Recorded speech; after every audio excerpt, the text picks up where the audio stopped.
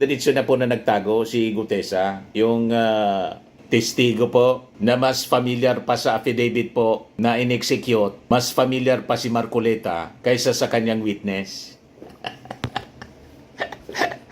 O di ba po? Hindi na nagpakita after na isabit si Martin Romualdez. Malinaw na hindi niya kayang panindigan mga kababayan yung kanyang mga akusasyon. At lumilinaw po yung kwento na talaga po ito yung mga klase ng mga testigo na tinatawag na witness for hire. Lumilitaw, ganun po. Gusto lang talagang siraan si House Speaker Martin Romualdez.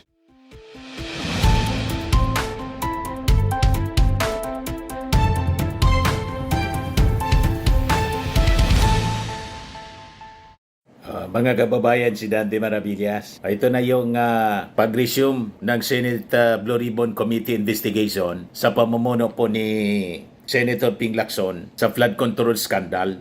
So kanina, naglabas yung Senate Blue Ribbon panel ng kautusan para sa issuance ng show cause order laban kay dating Ako Bicol Party List Representative Saldico at saka kay Orly Gutesa following their non-appearance in the Senate Blue Ribbon panel's probe into the anomalous flood control projects. Diretso na po na nagtago si Gutesa, yung testigo po na mas familiar pa sa affidavit po na in-execute, mas familiar pa si Marcoleta kaysa sa kanyang witness. O di ba po? Hindi na nagpakita after na isabit si Martin Romualdez. Malinaw na hindi niya kayang panindigan mga kababayan yung kanyang mga akusasyon. At lumilinaw po yung kwento na talaga po ito yung mga klase ng mga testigo na tinatawag na witness for hire. Lumilitaw, ganun po. Gusto lang talagang siraan si House Speaker Martin Romualdez. Yan ang lumalabas mga kababayan. But anyway, pakinggan natin yung opening statement po ni Ping Lacson kanina. So, pangwalo pala po to na hearing ng Senate Committee, Senate Blue Ribbon Committee. Pakinggan natin yung opening statement ni Ping Lacson. We reconvene today for the 8th public hearing on the motu proprio inquiry in aid of legislation Present and si Juan po, investigation into the flood si control Diskaya, anomaly. Even as we are already finalizing the partial committee report to be routed to your offices as early as next week. Contrary to the lies and obfuscations that naysayers are trying to spread around, your Blue Ribbon Committee has accomplished so much since the flood control scandal broke wide open in the middle of last year. Since then, waves of information have dominated the national discourse at every level of our society, local and national. Lest we be drowned out by the rising tide of noise here and there, allow me to run down how much ground we've covered in the course of the committee's 7 public hearings.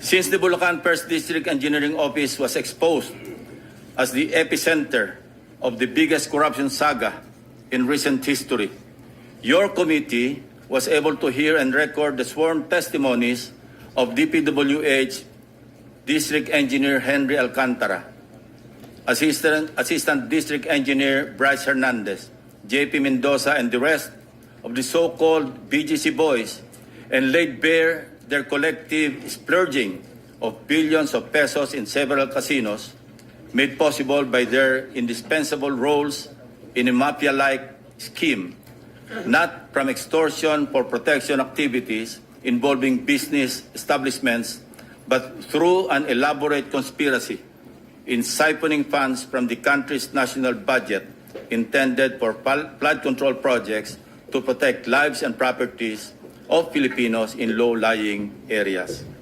Then, there was former DPWH Undersecretary Roberto Bernardo. Your committee followed the money and paper trails through skillful research and questioning by our members, which revealed the deep web of in-house contracting, bid rigging, padded contract costs, and license renting. This scam was so systematic and brazen, resulting in substandard infrastructure and worse, ghost flood control projects. In the hearings that followed, the case of Bulacan proved to be a gateway, the microcosm of a much more complex and institutionalized plunder within the bureaucracy. Your committee became the stage for any scathing revelations made by the key actors of the flood control scam.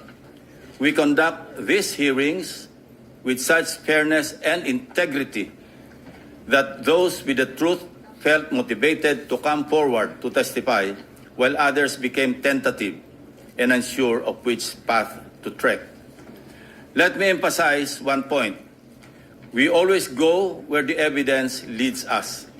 We do not target any particular person, nor do we have the intention to cover up for anybody. Thus, we uncovered the top-to-bottom systemic misuse and abuse of public funds involving high officials in the executive and legislative branches, even the Commission on Audit. Sa kasalukuyan na sa speak, may mga nakasakdal na sa Sandigan Bayan at sa mga regular na korte ng bansa at marami pa ang sumasailalim sa preliminary investigations ng Ombudsman at Department of Justice, mga contractors at matataas na opisyal ng ehekutiba at lehislatura at iba pang sangay ng pamahalaan. As of the latest count, at least 21.7 billion pesos in bank accounts and other forms of assets are frozen upon written order by the Court of Appeals.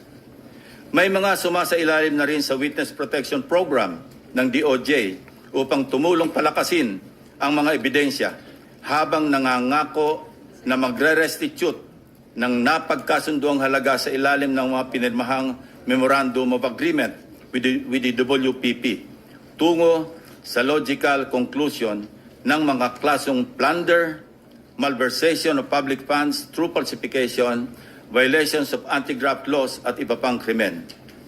We laid out how this deeply rooted scheme operates with systemic precision.